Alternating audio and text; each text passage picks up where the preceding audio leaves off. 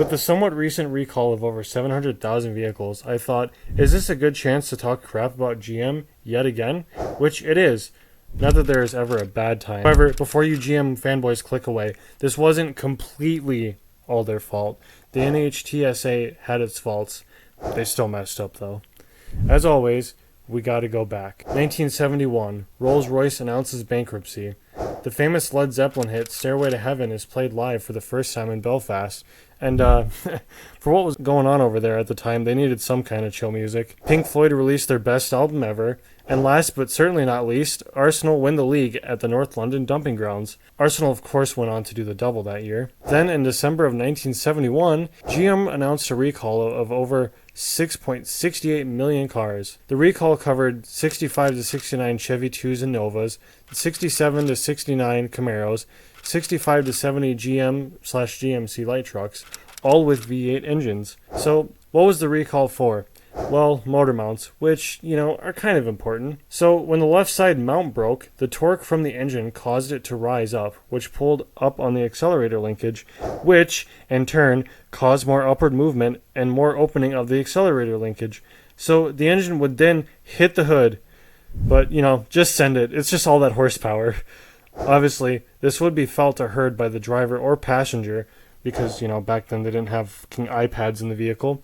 But when the linkage opened up, it would speed up as if the pedal was pushed to the floor. And on vehicles equipped with power brakes, the brake booster vacuum hose was in some cases pulled off, and the customer had no power brakes. In addition to having a sudden, wide-open throttle condition, the customer was without power assist on the brake system, and accidents occurred. One person who was a victim of the issue stated, "All hell broke loose under the hood." I mean, kind of what you're buying when you buy a GM. I jammed on the brakes and I found it didn't have any. When the engine mounts went, they tore off the power brake connections. And also, there were transmission issues. Weird. Usually that's a Chrysler problem.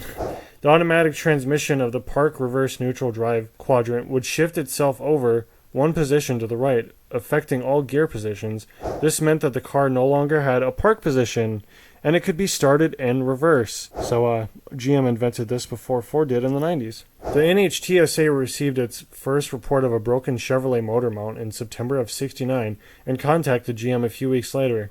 However, even before it received GM's reply, that indicated a total of 14 reports on 1968 model Chevys alone, the NHTSA placed the investigation on inactive status. They informed GM of the inactive status in a June 1970 letter. The case remained in abeyance until the NHTSA received a second report 2 months later. Only then did the agency get off their ass and began to arrange independent tests of effects of broken Chevrolet motor mounts on driver control, but these tests were flawed. The test facility used a Chevy without power brakes or power steering, thus preventing an examination of brake assist loss. But the tests did demonstrate the throttle opening effect that consumers had noted, so at least there was a little bit of productivity there. In December 1970, NHTSA sent a second, more comprehensive information request to GM. They're finally doing their job. The company's January 1971 reply indicated a total of 172 failed motor mounts, with 63 accidents and 18 injuries. But it was minor. According to GM, it was just minor stuff. GM also advised it had been using the same mount since 1958. On September 1st of 1971, Ralph Nader got the ball rolling and sent an extensive letter to the NHTSA about deficiencies in its investigative procedures, including the handling of the motor mount defect. A month later, Bob Irwin's articles contained a number of verbatim quotes from customers who had experienced these failures. Then, on October 15th, 1971, the NHTSA issued a Consumer Protection Bulletin advising motorists of the potential risks of broken GM engine mounts. Around the same time, GM President Edward Cole declared that a broken mount was the equivalent of, and I'm not joking you, a flat tire or blowout, and that anyone who could not control a car with a failed mount at 25 miles per hour shouldn't be driving. The NHTSA sent a letter to GM on December 1st, stating that it was close to determining that a motor mount safety defect did exist. As a result of the mounting pressure, get it? 3 days later, GM announced the largest automotive recall to that point in time.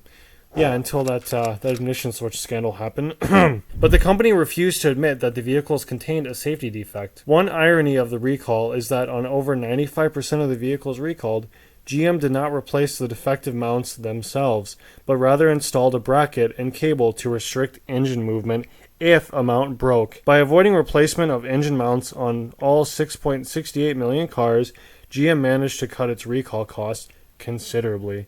The cable and bracket assembly cost about $1 per car, far less than the $50 of a new motor mounts. Money talks. However, not that Ford did any better with its Pinto, which is an upcoming video of mine, so subscribe if you don't want to miss out. And with that, stay hydrated, stay away from Chevy motor mounts, take care of yourself and your loved ones, and peace.